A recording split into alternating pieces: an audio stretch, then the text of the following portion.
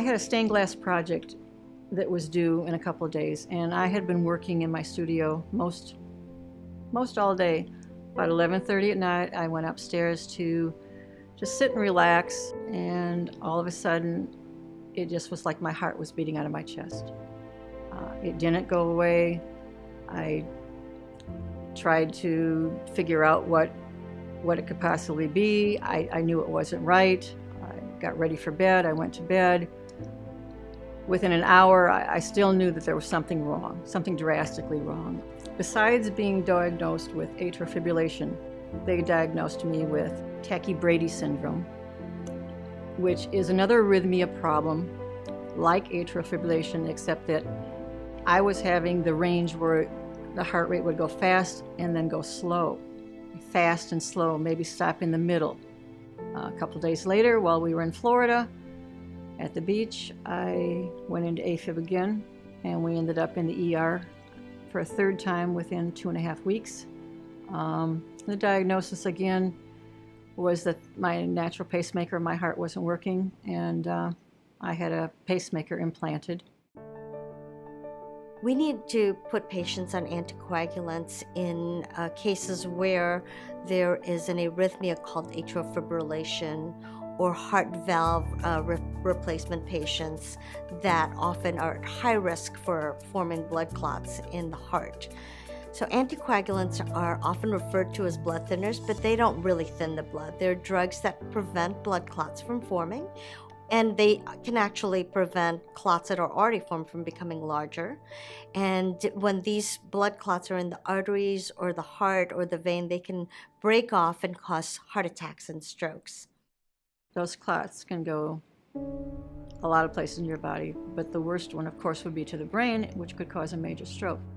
So if that drug will help me to not have a stroke because of the AFib, then I choose to take it.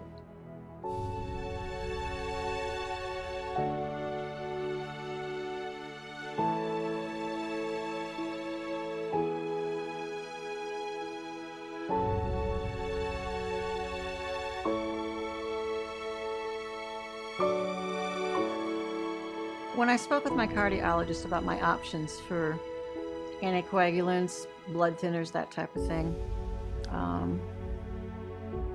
she said there were a few, and looked at what my symptoms were and which one seemed to be the best. For certain medications, like warfarin, which is an anticoagulant, you do need to watch what you're eating. There are dietary changes that you need to make, but for the newer anticoagulants, there's really no dietary changes that you need to take.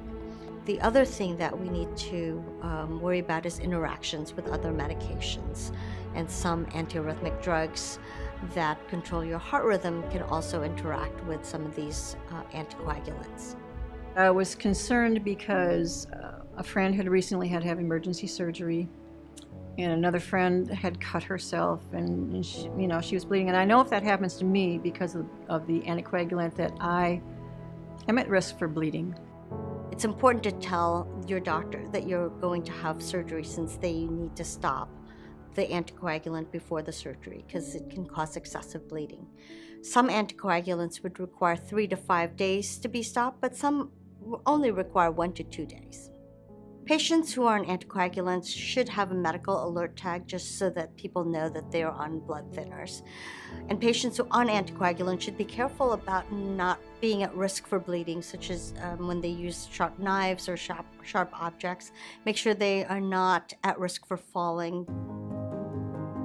For myself, in my lifestyle, I'm a stained glass artist. I work with glass and all types of different things related to that. And I make sure that I dress appropriately, shoes, socks, jeans, long sleeve shirts, and gloves when I'm handling large pieces of glass. Everyone's heart journey is different depending upon their lifestyle, their diagnosis, their family life, their goals, and where they see themselves going. I think it's important for women to be proactive with their health and to know what's available to them.